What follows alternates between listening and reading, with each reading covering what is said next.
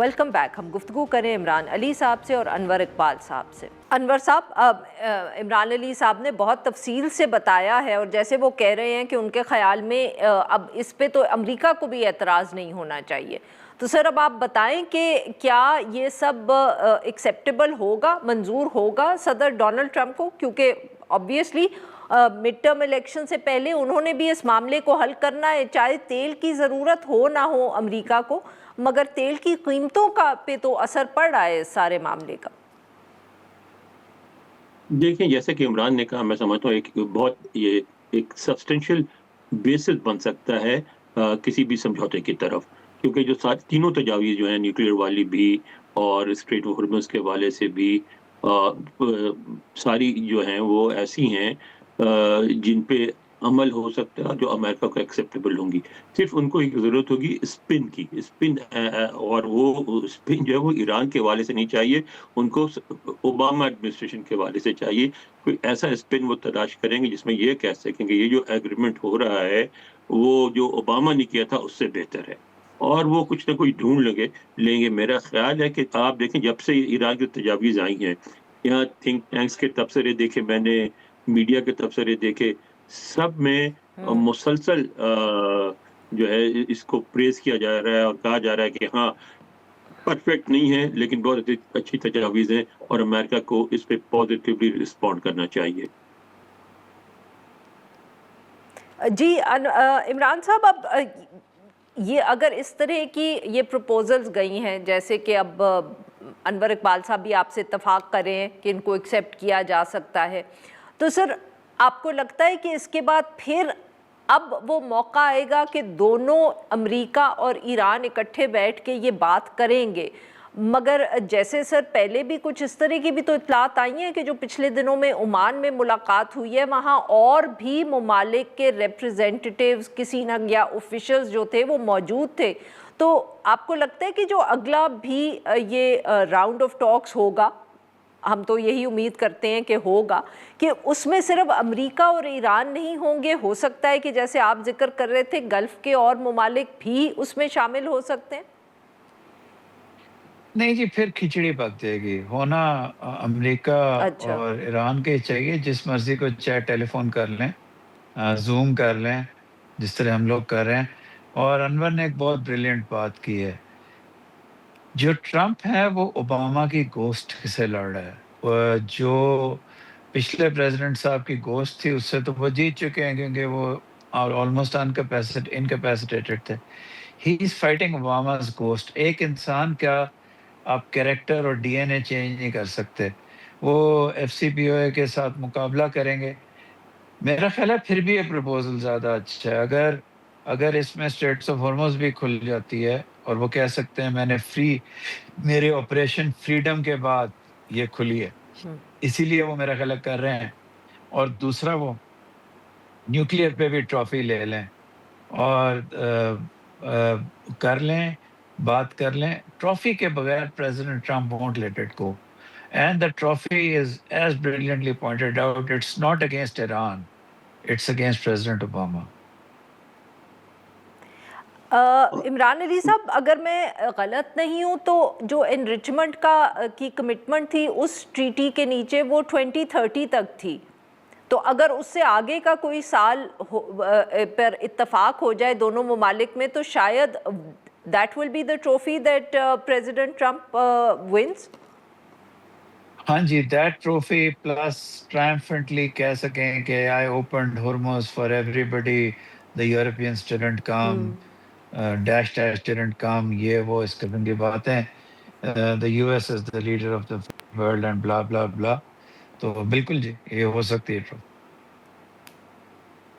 अनवर साहब, आपका क्या ख्याल है कि सिर्फ ये इनरिचमेंट के हवाले से उनको सदर ओबामा से बेहतर एक ट्रीटी चाहिए, या वो जो बीच में बैलिस्टिक मिसाइल्स का भी मामला उठा लिया था अमेरिका ने, उस पर भी वो कोई कंसेशंस के बगैर नहीं मानेंगे, क्योंकि वो शायद ईरान के लिए ज़्यादा मुश्किल हो?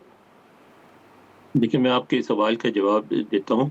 उसमें एक बात जो आपने सवाल किए थे इमरान से, उस पर भी मैं कुछ बोलूँ कि क्या वो दोबारा टॉक्स के लिए आएंगे? जी जी। बिल्कुल आएंगे। सदर ٹرمپ کبھی خاموشی سے کوئی سمجھوتا نہیں کریں گے، اس کو خود آ جائیں گے اور وہ بہت بڑا شو ہوگا، امریکہ میں دکھایا جائے گا کہ یہ ایسی کامیابی تاریخ میں کبھی نہیں ہوئی تھی، امریکہ کی 250 سالہ ہسٹری کی سب سے بڑی کامیابی ہے وغیرہ وغیرہ۔ تو جب بھی سمجھوتا ہوگا تو آئیں گے، تو ضرور ٹاکس تو ہوں گی۔ رہی بات آپ کا یہ سوال کہ وہ جو آپ نے کہا کہ کیا یہ بیسس بن سکتا ہے، تو اس میں دیکھیں، میں آپ کو ایک مثال سے ثابت کرنے کی کوشش کرتا ہوں کہ اوباما کیئر پریزیڈنٹ اوباما نے انٹروڈیوس کرایا، اس کو انہوں نے یکسر ریجیکٹ کر دیا کہ یہ تو کمیونزم ہے اور یہ غلط ہے اور یہ فلاں ہے، یہ ہے وہ ہے۔ لیکن اس کے بعد جو کچھ کیا وہ سارا کچھ وہی ہے جو اوباما کیئر میں تھا، صرف نام اپنا لگا دیا۔ اور اس حد تک مماثلت ہے کہ لوگ آج تک اس کو اوباما کیئر ہی کہتے ہیں، یا تھنک ٹینک والے بھی، میڈیا بھی، عام لوگ بھی اس کو اوباما کیئر ہی کہتے ہیں۔ لیکن انہوں نے کہہ دیا کہ یہ میرا پلان ہے، یہ میری چیز ہے، میں نے انٹروڈیوس کیا، اس سے پہلے امریکی عوام کو میڈیکل فیسلٹیز تھیں ہی نہیں۔ تو اس طرح کا ان کو کچھ چاہیے، اور جو کہ مل بھی جائے گا۔ آپ جیسے عمران کی تجویز ہے وہ بھی بالکل درست، آپ کی تجویز تو آپ کی تھی کہ ڈیٹ بڑھا دیں 230 کی بجائے 235 کر دیں، وہ کہیں گے یہ 5 سال تو اتنے ہوتے ہیں کہ اس میں شاید ایران سے حکومتی مذہبیوں کی ختم ہو جائے اور ہماری فرینڈلی حکومت بن جائے، اس لیے میں نے کر دیا، اب آنے والے صدر میری محنت کا پھل کھائیں گے وغیرہ وغیرہ۔